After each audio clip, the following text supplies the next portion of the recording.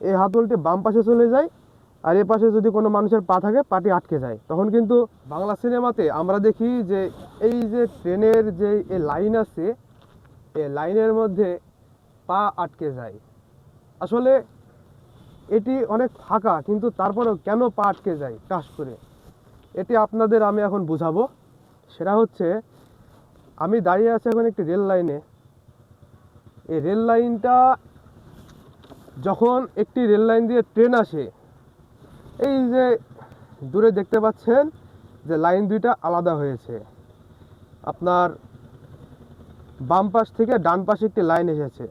তো যখন ওই লাইনটা দিয়ে ট্রেন এই লাইনে চলে আসবে, তখন এই লাইন থেকে আবার যখন ট্রেনটি পরিবর্তন হবে, লাইন পরিবর্তন করবে, তখন এই যে এখানে দেখতে পাচ্ছেন দুইটা লাইন আলাদা।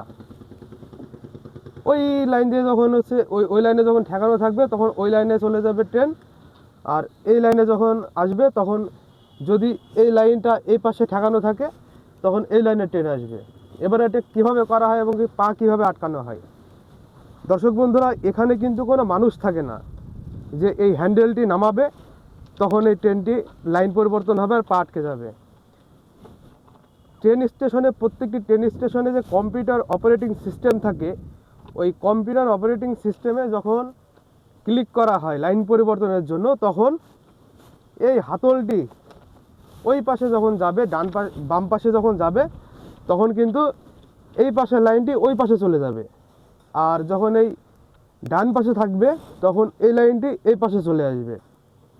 আর ওই পাশে যখন মানুষ পা দিয়ে রাখবে, তখন তারা কিন্তু সিসি ক্যামেরায় দেখে না, রেল স্টেশনের লোকজন, যে ওইখানে কোনো মানুষের পা আছে কি না। ওই মানুষটাও জানে না যে এখন হচ্ছে লাইন পরিবর্তন হবে।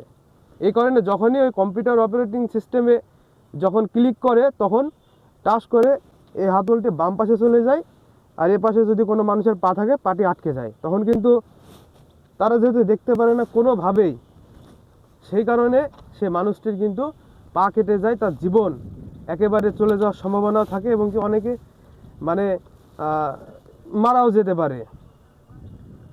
তো এটি আপনাদের আমি জানিয়ে রাখলাম। ভিডিওটি শেয়ার করবেন। ধন্যবাদ।